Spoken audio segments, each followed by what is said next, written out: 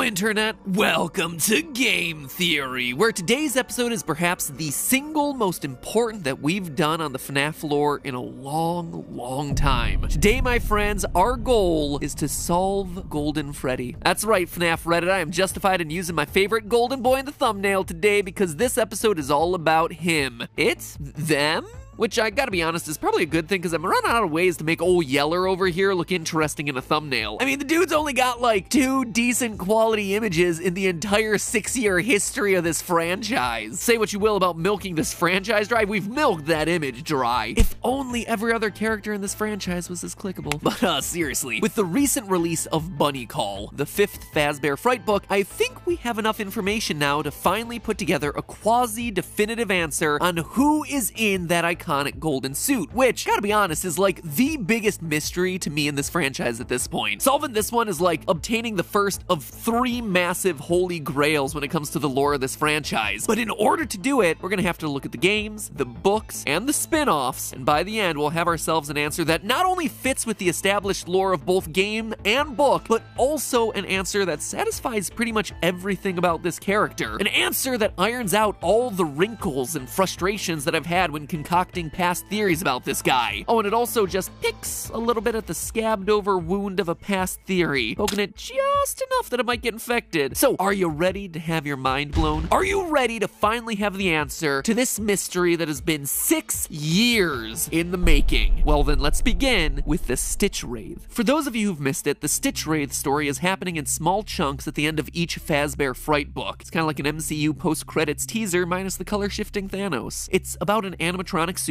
pieced together from the haunted spare parts of various toys and robots, given life through the power of human agony. Now that it's alive, the creature is wandering the city, collecting more haunted toys, and killing people with its zappy hands, sucking their bodies dry and making them cry oily black tears. And up to this point, that's pretty much all we knew about this monstrosity. Lead me to conclude that the reason we're meeting this thing is to prove the existence of Remnant, and how it works via negative human emotions. Maybe set him up as the new villain for that upcoming game security breach. Or, at the very least, that's what I thought. But oh no, dear theorists. The Stitch Wraith is far more important than we could have ever imagined. In the epilogue of book number 4, Step Closer, we meet Andrew and Jake, the 2 souls who find themselves trapped inside the Stitch Wraith. And the conversation that they have when they first meet starts to give us some of the lore drops that we have been waiting years to hear. Quote from the book: "Now Jake was inside a metal thing. He didn't know enough about anything to understand what it was, but he did know that he wasn't alone. He was sharing this strange place." "Oh, hi," Jake said. "I'm Jake. Who are you?" "I'm Andrew." The child's voice was rough. He sounded a little like a boy Jake used to know in school, a boy who was always talking back to the teacher and getting himself in trouble. Jake thought Andrew sounded angry. Very angry. End quote. We're told that even though both their souls are infused into the same endoskeleton, Jake is the only one able to move the Stitch Wraith's body. He's also the only one capable of seeing the outside world. Andrew is blind to it all. It's kind of like those 2-man horse costumes. You never want to wind up being the butt in those things, especially on Chipotle days. It's no wonder Andrew's so mad. I'd be too if I was forced to spend an eternity looking at someone else's soul butt. However, it's when they start talking about their former lives that things start to get really interesting. Quote again, "My memories are kinda fuzzy," Jake said. "Fuzzy? Yeah, so are mine," Andrew responded. "But I do remember wanting to get back at someone who hurt me. I think I attached myself to him. I got into his soul, made sure he couldn't move on when he should have died. I remember I wanted him to suffer, the way he made me suffer. I remember they tried to kill him, but I wasn't gonna let him go until I was ready." With a story like that, you could almost say that Andrew is a spirit wanting revenge. A literal vengeful spirit, perhaps. Now, loyal FNAF theorists have an idea of where this is all going, right? Back when Ultimate Custom Night first came out, we theorized that the entire game was William Afton trapped in a fiery hexscape, a constant cycle of torture and torment at the hands of his past victims. Or should I say one victim in particular, the spirit of Golden Freddy. Sure, he was called by many names, the one you should not have killed, the vengeful spirit, but in the end, by doing the impossible of that game and beating 50-20 mode, it's revealed that Golden Freddy lingers on, twitching with rage, refusing to move on into his afterlife. And here, Andrew is pretty much confirming exactly that. Sound the party horns and the children celebrating, it looks like we got one right. Or should I say mostly right. What's interesting about this whole Jake-Andrew conversation from the book book is that back with Ultimate Custom Night, we assumed that William Afton was dead and that this was just his afterlife in purgatory or HE double hockey sticks or whatever. He died in Henry's Fire, the one that was set at the end of FNAF 6, the one meant to bring the whole series to a close. I mean, how could he not be dead? Henry even had that awesome final line for him. Although for one of you,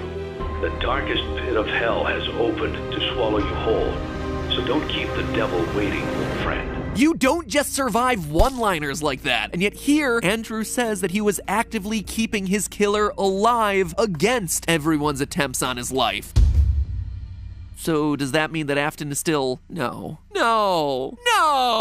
I always come back. He attack, he protect, he always come back. But just because William may have been kept alive in the book lore doesn't necessarily mean that he was left alive in the game lore too. Well, it shouldn't, but I think it does. Fast forward to this month in our newest book, Bunny Call. What was originally supposed to be the 5th and final installment in the Fazbear Fright series. A literal 5 books at Freddy's. Until of course it got extended and now we have ourselves the bonus 6th and 7th night books. And while the first 2 stories in this new book are interesting and certainly worth talking about on a different day, it's the 3rd one, The Man in Room 1280, that ties into our Golden Freddy mystery today. Stop me if you've heard this one before. It's about a mysterious man in a hospital, burned well beyond the point of death, and yet somehow he remains alive. Quote from the book. The man had no face. A hole in his skull indicated where his nose used to be. Dark, cavernous pits lacking eyes looked at nothing. A toothless mouth gaped without lips to protect it. We'd be remiss if we didn't warn you, the nurse said. We know what